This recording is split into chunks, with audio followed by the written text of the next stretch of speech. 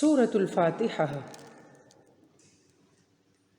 بسم اللہ الرحمن الرحیم۔ شروع کرتی ہوں اللہ کے نام سے جو بے انتہا مہربان اور رحم فرمانے والا ہے۔ سورۃ الفاتحہ مکی سورت ہے جس کی 7 آیات اور 1 رکوع ہیں۔ الحمد للہ رب العالمین الرحمن الرحیم مالک یوم الدین ایاک نعبد و ایاک نستعین۔ الحمد للہ تمام تر، ساری کی ساری، پوری، حمد، تعریفات، تعریفیں، حمد للہ، اللہ ہی کے لیے ہیں، اللہ رب العزت کے لیے ہیں، رب العالمین جو تمام جہانوں کا رب ہے، رب ہے۔ رب کا لفظ عربی میں 3 معنوں میں بولا جاتا ہے: مالک اور آقا، پالنے والا اور پرورش کرنے والا، خبرگیری اور نگہبانی کرنے والا، فرما روا، حاکم، مدبر، منتظم۔ گویا لفظ رب کے اندر صرف پالنہار نہیں بلکہ یہ وہ رب ہے جو شروع سے لے کے آخر تک ہر کام کرنے والا ہے۔ کس کے؟ العالمین، العالمین تمام جہانوں، سارے کے سارے، العالمین جمع کا صیغہ ہے، عالم اس کا واحد ہے۔ لام کی زبر کے ساتھ عالم جہان، کائنات کے معنوں میں، اور لام کی زیر کے ساتھ عالم جاننے والا کے معنوں میں۔ تو العالمین جمع یعنی ایک جہان نہیں جو ہم دیکھ رہے ہیں، جس میں ہم جی رہے ہیں، مطلب یہ ہے کہ سارے جہانوں کا، مطلب یہ ہے کہ وہ بہت سارے ایسے جہان ہیں جو ہم نہیں جانتے اور جن کا رب اللہ ہے، اور وہی ساری تعریفات کے لائق ہے۔ رب اس معنی میں بھی کہ وہ صرف کھلا پلا نہیں رہا، سنبھال نہیں رہا، بلکہ کائنات کی تخلیق سے پہلے اس کی ساری پلاننگ، اس کی ابتدا، اس کی شروعات، اس کے آغاز، نقطۂ آغاز کو ڈیزائن کر کے اس کے مطابق اسباب بنا کر اس کے لیے کن کا حکم کرنے والا، اس کے لیے سازگار حالات متعین کرنے والا، اور اس کے بعد اس کو سنبھالنے سے اس کے آخر تک سنبھالنے والا رب ہے۔ اس کو آپ یوں سمجھیے کہ پوری کائنات تو الگ بات ہے، اگر میں اور آپ صرف اپنے آپ پر توجہ دیں اور ہم اپنے جسم کی طرف دیکھیں، اور صرف پورا جسم بھی بہت بڑی کائنات ہے، اس کے اندر بھی کسی ایک جز کی طرف دیکھ لیں، کسی ایک عضو کی طرف دیکھ لیں، انسان کی تخلیق ہی کی طرف دیکھ لیں، تو ایک انسان جس نے جب اس دنیا میں آنا ہوتا ہے تو اس کی تخلیق سے پہلے اس کی ساری پلاننگ کرنے والا کہ کس طرح سے، کب، کن اسباب کے ذریعے، کن عورت اور مرد کو ذریعہ بنا کے اس روح کو اس نے نقطۂ آغاز دینا ہے، کب اور کیسے دینا ہے، کہاں سے شروع کرنا ہے، کن اوقات اور کن حالات میں کرنا ہے، نقطۂ آغاز میں اس کی ساری حفاظت، اس کی ساری ترتیب، اس کی ساری پلاننگ، اور اس کے بعد اس ننھی سی ایک ڈاٹ جتنی روح کو، ایک نقطے کو پوری ایک نظام کے اندر سنبھال کر بڑھوتری دینے، اس کی خوراک کا اہتمام کرنے، اور سٹیپ بائی سٹیپ اس کی سٹیپ بائی سٹیپ شکلیں بدلنے، اس کی رنگت، اس کے جزو اور عضو، ہر ایک چیز کو لمحہ بلمحہ،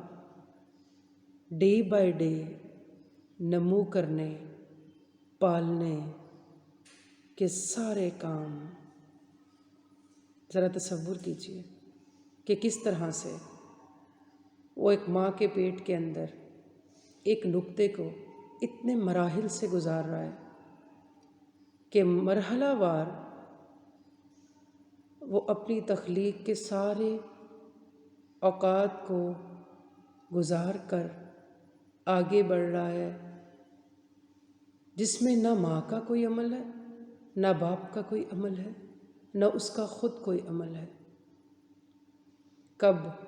پانی کے اندر اس کی پرورش ہوگی، کہاں سے اس کو خوراک ملنا شروع ہوگی، کون سی رگ نے کہاں جا کے جڑنا ہے، اور کہاں سے سپلائی جانی ہے، اور کہاں سے اس کی سپلائی کے اندر کتنی ضرورت ہے اتنا جانا ہے، اور کب اس کی ضرورت کے حساب سے اس کی خوراک نے بڑھنا ہے، کب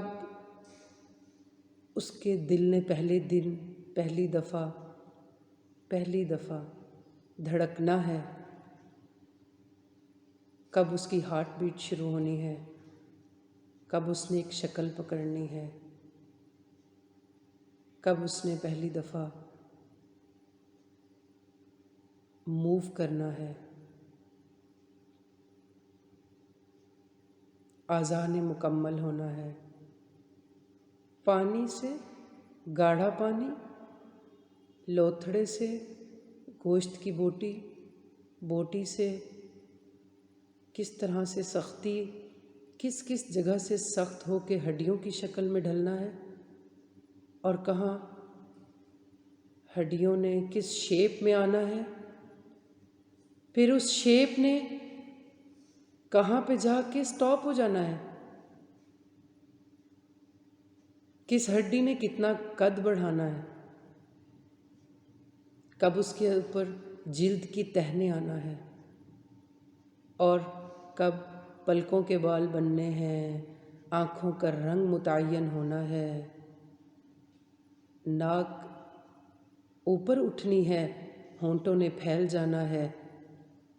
پلکوں نے اوپر اٹھنا ہے، آئی بروز کے بالوں نے لیٹے رہنا ہے، کانوں کے سوراخوں سے پانی اندر نہیں جانا ہے، پورا کا پورا پانی میں تیرنا ہے، مگر سانس لینا ہے۔ سر کے بالوں نے بڑھنا ہے اور پلکوں کے بالوں کی رفتار الگ ہے۔ کب انگلیوں کے پوروں کی لکیریں سیٹ ہونی ہیں، اور کب پوروں کے اوپر ایک طرف تو نرم جلد نے ہونا ہے اور دوسری طرف ناخن کی ہڈی نے اپنی شیپ لینی ہے۔ اس سارے کام میں ماں بھی غافل ہے۔ کب اس نے پہلی دفعہ اپنا ہاتھ ہلانا ہے، یہ انسان جو اندر پل رہا ہے، اس کو پالنے والا اس کا رب ہے، اور پھر کب اس کی سانسوں کا نظام، اس کے لنگز نے اس قابل ہونا ہے کہ اب وہ باہر کی اس دنیا جہاں وہ اندر تیر کے زندگی گزار رہا تھا، باہر کی خشکی میں قدم رکھنا ہے اور باہر کی ہوا میں سانس لینے کے لیے تیار ہونا ہے، کس لمحے اس نے باہر آنا ہے، کس نے سنبھالنا ہے، کس نے محبت دے کے پالنا ہے۔ اس نرم سی بے ضرر سی مخلوق کو اس رب نے کیسے پلوانا ہے، اس کی خوراک کا انتظام کہاں رکھ دیا ہے، اور وہ سیکھ کے آیا ہے کہ اس نے اپنی خوراک کیسے لینی ہے۔ یہ ہے رب، اور یہ تو بہت چھوٹی سٹوری ہے۔ اس کے آگے آپ لوگ سوچ ہی سکتے ہیں کہ کب اس کی ہڈیوں نے اتنا مضبوط ہونا ہے، ہاتھ پاؤں نے اتنی طاقت پکڑنی ہے، کب اس نے پہلی بار اپنی کروٹ خود بدلنی ہے، کب وہ بے ضرر سا انسان، اس کی ہڈیاں، اس کی بیک بون، اتنی طاقت اسے مل جائے گی، اتنی اجازت اسے مل جائے گی کہ وہ اپنے آدھے جسم کو اٹھا کے بیٹھ سکے، اور کب پاؤں اس قابل ہوں گے کہ وہ اپنے سارے جسم کو اپنے اوپر کھڑا کر سکیں، کب وہ ننھا سا جسم اس قابل ہوگا کہ وہ چل پائے گا۔ اس سارے کام کے پیچھے لہ الخلق والامر کن فیکون، یہ اللہ کی ذات ہے، اور اس کے بعد پھر اس کی زندگی کے فیصلے اور دکھ اور سکھ اور خوشیاں اور رزق، اور اس کی سارے اوقات کے ساتھ اس کے فیصلے، اس کی چیزیں، اس کی میل ملاقاتیں، اس کی محبتیں، اس کی ہدایت کا سامان، اس کو سنبھالنے کا سامان، اور حادثوں بھری زندگی میں اس کو بچا کے اس کے مہلت عمل جو اس میں بانٹ دیا گیا ہے، اس کو اس کے وقت تک باقی رکھنا، اور پھر واپس اس کو لے جانے کی ساری کارسازی کرنے والا کون ہے؟ الحمدللہ رب العالمین، العالمین، یہ رب ہے۔ ایک چھوٹی سی نقطے جتنی مثال ہے کہ رب کون ہے، اللہ کون ہے۔ اس کی مثال تو کوئی ہے ہی نہیں، لیس کمثلہ شیء،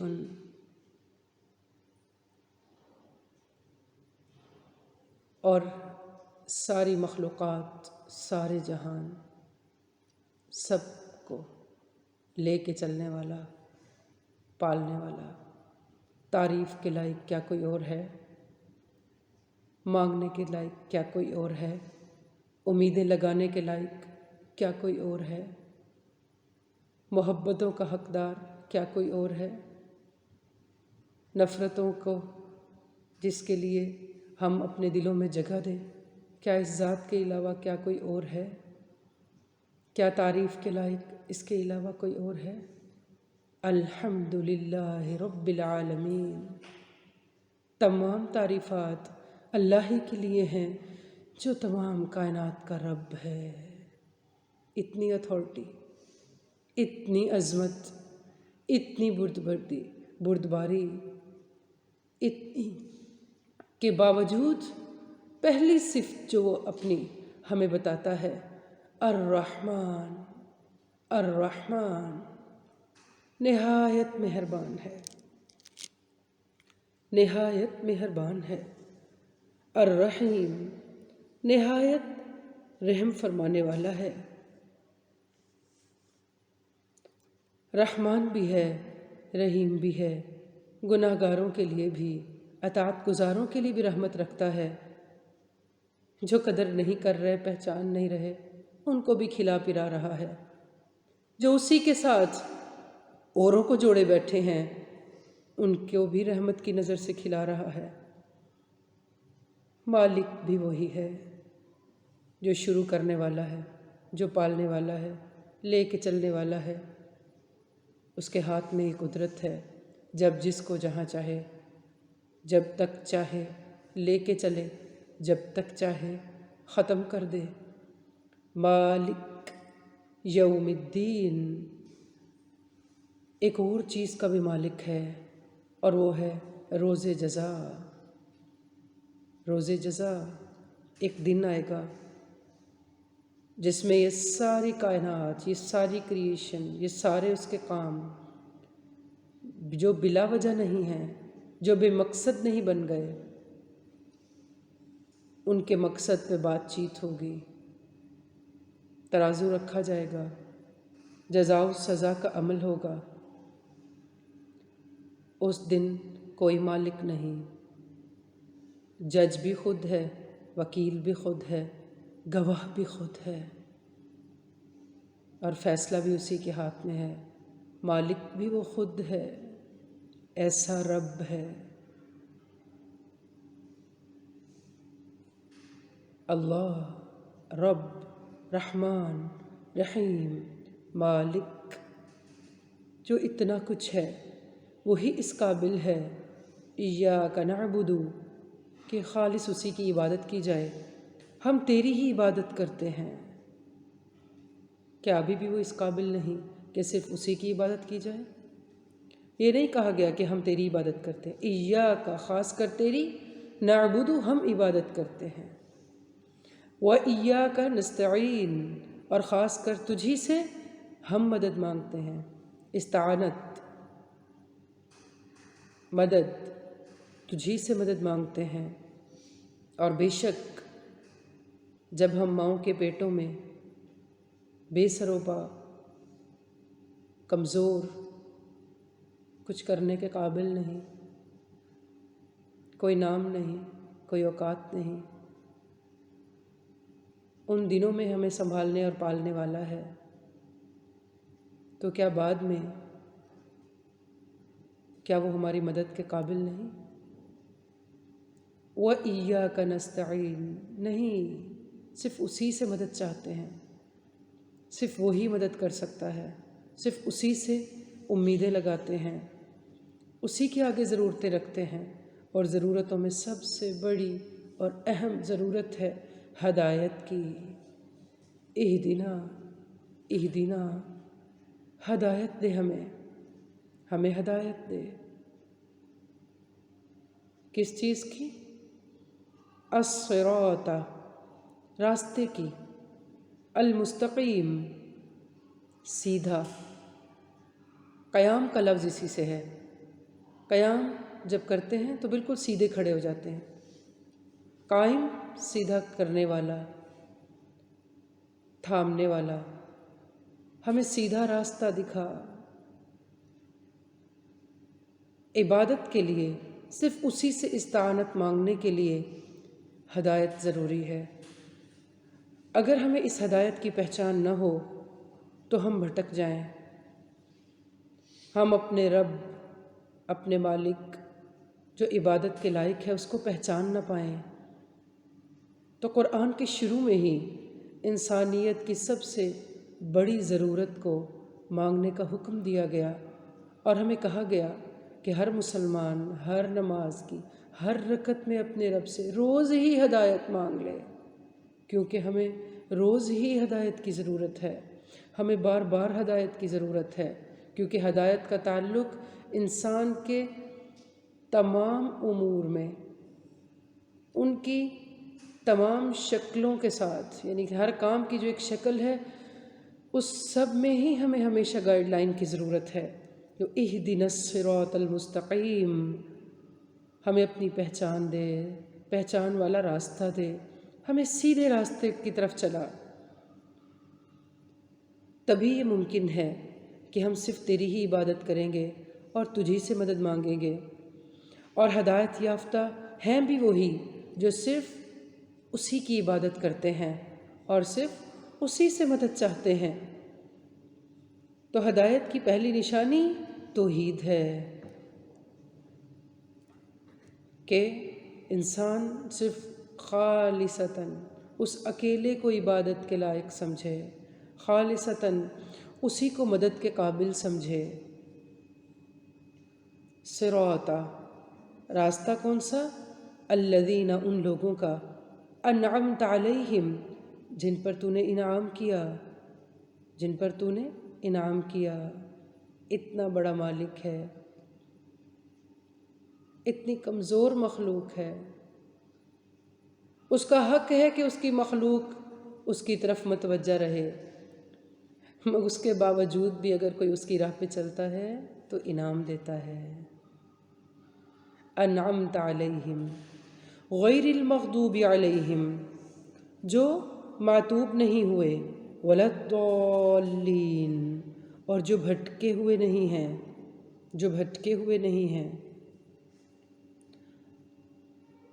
اس ایک دعا کے جواب میں اگلا سارا قرآن ہے، سارا قرآن ہے کہ بندہ جب اپنے رب سے رہنمائی کی دعا کرتا ہے تو اللہ اس کو رہنمائی میں پھر پورا قرآن دیتا ہے، اور یہ وہ رہنمائی ہے جس کے بارے میں اللہ نے اپنے بندے کو صرف جسمانی ضرورت پوری کرنے کے لیے نہیں دی، بلکہ یہ وہ رہنمائی ہے، یہ اس کی وہ خوراک ہے جو اس کی باقی رہ جانے والے مرکب اور عنصر کے لیے ضروری تھی، اس کی روح کے لیے ضروری تھی۔ تو صراط الذین انعمت علیہم، کون لوگ ہیں یہ؟ صحابہ کرام، وہ لوگ جن کے بارے میں قرآن کہتا ہے رضی اللہ عنہم ورضوا عنہ، جن کے بارے میں قرآن شیورٹی دیتا ہے کہ یہ ہیں جن پر انعام کیا گیا۔ کوئی انسان کتنا متقی، ولی، اپنے دور کا عالم کچھ بھی ہو، کوئی اس کے بارے میں یہ دعویٰ نہیں کر سکتا کہ یہ شخص ان لوگوں میں شامل ہے جن پر اللہ نے اپنا انعام کر دیا۔ اس کی ڈسکرپشن خود قرآن ہمیں دیتا ہے۔ قرآن پاک میں اللہ تعالیٰ فرماتے ہیں اگر تم ان جیسا ایمان لاؤ جیسا یہ صحابہ کرام لائے ہیں تو تم فلاح پا جاؤ گے، تم ہدایت یافتہ ہوگے۔ تو ایسے ہدایت یافتہ لوگوں کا راستہ دکھا جن پر تو نے انعام کیا، جن کے ناموں کے ساتھ رضی اللہ عنہم ورضوا عنہ آیا، غیر المغضوب علیہم، ایسے لوگوں کا راستہ نہیں جو معتوب ہوئے، جنہوں نے اپنے اوپر ظلم کیا، اپنے ہاتھوں سے ظلم کمایا، اور نہ ہی ان لوگوں کا راستہ کہ جو بھٹک گئے تھے، ضالین۔ تو گویا گمراہی سے بچنے کے لیے، بھٹکنے سے بچنے کے لیے، اپنے رب کی راہ پہ چلنے کے لیے یہ ضروری ہے کہ مسلمان انسانیت کیا کرے؟ اس قرآن سے، اس کلام سے رہنمائی لے۔ اللہ تعالیٰ نے قرآن کے شروع میں ہی، پہلی آیت میں ہی الحمدللہ رب العالمین بولا ہے کہ تعارف جو دیا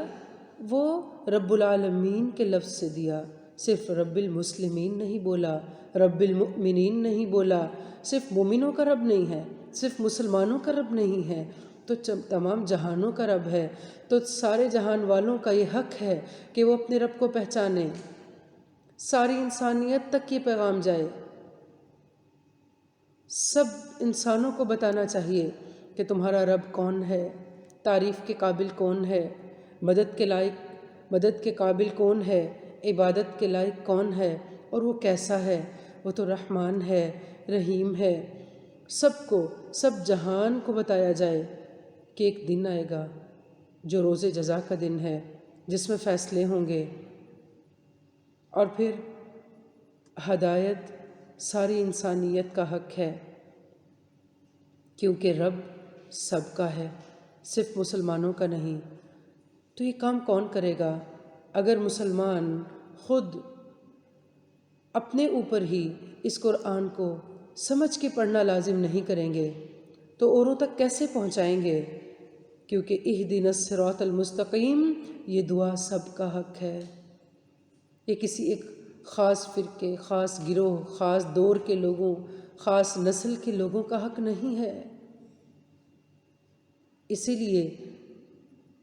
رسول اللہ صلی اللہ علیہ وسلم نے جاتے وقت مسلمانوں کو جو نصیحت کی وہ یہی کی، ترکت فیکم امرین لن تضلوا ما تمسکتم بہما، میں تمہارے درمیان دو چیزیں چھوڑ کر جا رہا ہوں، جب تک تم اس کو مضبوطی سے تھامے رکھو گے تم گمراہ نہیں ہوگے، ولا الضالین، گمراہ نہیں ہوگے۔ اگر ہم چاہتے ہیں کہ نہ بھٹکیں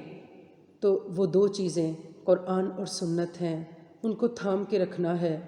اور تھام کے رکھنے کے لیے ضروری ہے کہ ہم نے خود صرف اپنے اوپر لاگو نہ کیا ہو، صرف ہماری ذات تک نہ ہو، بلکہ ہمارے ارد گرد، ہمارے گلی محلے، ہمارے شہر، ہمارے ملک سے باہر، تمام دنیا تک یہ پیغام جائے۔ کیونکہ آپ صاف کپڑے پہن کے اگر گند والی جگہ پہ بھی کھڑے ہیں، سارا شہر گندا ہے، لیکن اگر آپ خود صاف ستھرے ہیں تو آپ کب تک صاف رہ سکتے ہیں؟ خود کو صاف رکھنے کے لیے ارد گرد صفائی ضروری ہے۔ تو یہ قرآن کا پہلا پیغام ہے کہ تمام کائناتوں کے، تمام جہانوں کا رب اللہ، جو حمد کے لائق ہے، رحمان اور رحیم ہے، روز جزا کا مالک ہے، وہی اس قابل ہے کہ اس کی عبادت کی جائے، وہ لائق عبادت ہے، اور وہ اس قابل ہے کہ سارے جہان والے صرف اسی سے مدد مانگیں، اور وہی سب کو سیدھی راہ دکھا سکتا ہے، اور سب کو اسی سے سیدھی راہ مانگنی چاہیے۔ اور وہ راہ کوئی انسان متعین نہیں کرتا، وہ راہ کسی انسان کی بنائی ہوئی نہیں ہوگی، بلکہ وہ راہ ہے جس پر قرآن کے پہلے مخاطبین نے چل کر اپنا اسوہ پیش کیا، اپنا نمونہ پیش کیا، اور قرآن نے خود ان کو مینشن کیا کہ یہ وہ راہ ہے جو سیدھی ہے، اور یہ وہ راہ ہے کہ جس پر چل کر باقی ساری انسانیت غیظ و غضب سے بچ سکتی ہے، انعام کی حقدار ہو سکتی ہے، اور بھٹکنے سے محفوظ رہ سکتی ہے۔ تو اگر ہم چاہتے ہیں کہ ہم اپنے دور کے لوگوں کو ہی بھٹکنے سے محفوظ کریں، تو ہمیں یہ کمٹمنٹ کرنی ہوگی، ہمیں یہ بات سمجھنی ہوگی کہ ہم اپنی زندگیوں کو کس طرح سے گزاریں، اور ہم اپنے ارد گرد والوں کو اور انسانیت کو سیدھی راہ پہ چلانے کے لیے اپنا کیا حصہ شامل کر سکتے ہیں۔ یہ اس قرآن کا پہلا پیغام ہے۔ ایک مرتبہ اس سارے مفہوم اور اس ساری بات کو ذہن میں رکھ کے پھر سنیں گے۔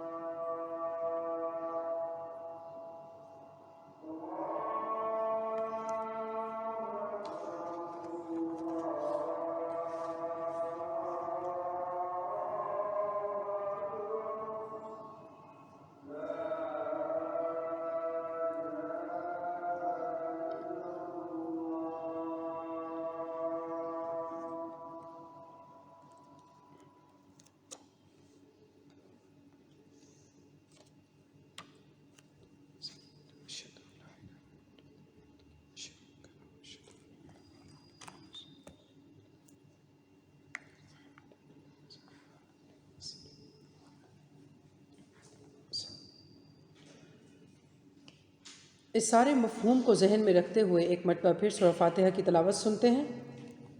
بسم اللہ الرحمن الرحیم الحمد للہ رب العالمین الرحمن الرحیم مالک یوم الدین ایاک نعبد و ایاک نستعین اهدنا الصراط المستقیم صراط الذین انعمت علیہم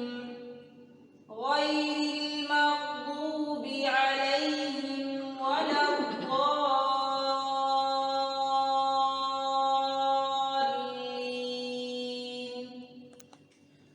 آمین۔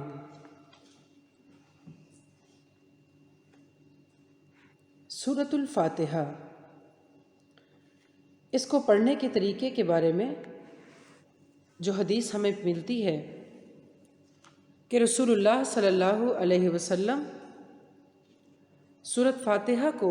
نماز میں قرات کرتے وقت، کیونکہ ہر مسلمان نے نماز کی ہر رکعت میں اس کو پڑھنا ہوتا ہے، ام سلمہ رضی اللہ عنہ کی ایک روایت ہے کہ رسول اللہ صلی اللہ علیہ وسلم سورۃ فاتحہ کی تلاوت فرماتے ہوئے ہر آیت پر وقف فرماتے، جیسے بسم اللہ الرحمن الرحیم پڑھتے پھر ٹھہر جاتے، الحمد للہ رب العالمین پڑھتے پھر ٹھہر جاتے، اور اسی طرح سے ساری سورت کو ٹھہر کر اور سمجھ کر پڑھتے۔ تو آج کی اس سورت کی تفسیر کے بعد ہم یہ ہوم ورک لیں گے کہ آج سے ہم نماز کی ہر رکعت میں جب سورۃ الفاتحہ پڑھیں گے تو اسی طرح ٹھہر ٹھہر کر ادا کریں گے انشاءاللہ العزیز۔ اور مجھے امید ہے کہ غور و فکر کے بعد جو بہت چھوٹے، بہت ایک نقطے کی مانند ہم نے ایک چیز کو سمجھنے کی جب کوشش کی، اس کے بعد ہم جب اس کو تلاوت کریں گے اور پڑھیں گے تو ہمیں وہ فیل آنی چاہیے کہ الحمدللہ رب کون ہے، میں کس کے آگے کھڑی ہوں، کس کے لیے نماز پڑھ رہی ہوں، میرے سامنے کون ہے جس کے لیے میں نے ہاتھ باندھے ہوئے ہیں، میرے ادب کا کیا مقام ہو، میرا دل دماغ سوچوں سے کتنا خالی ہوتا ہے، اور یہ کہ جس رب کے آگے میں ہاتھ باندھ کر الحمدللہ بول رہی ہوں، کیا عملی زندگی میں بھی میں اس کے لیے شکر کا رویہ اختیار کیے ہوئے ہوں؟ کیا عملی زندگی میں بھی کیا میں اس رب کی حمد کرتی ہوں؟ کیا میرے عادات اور میرے الفاظ اپنے رب کی ایک شاکر بندی کے طور پر ظاہر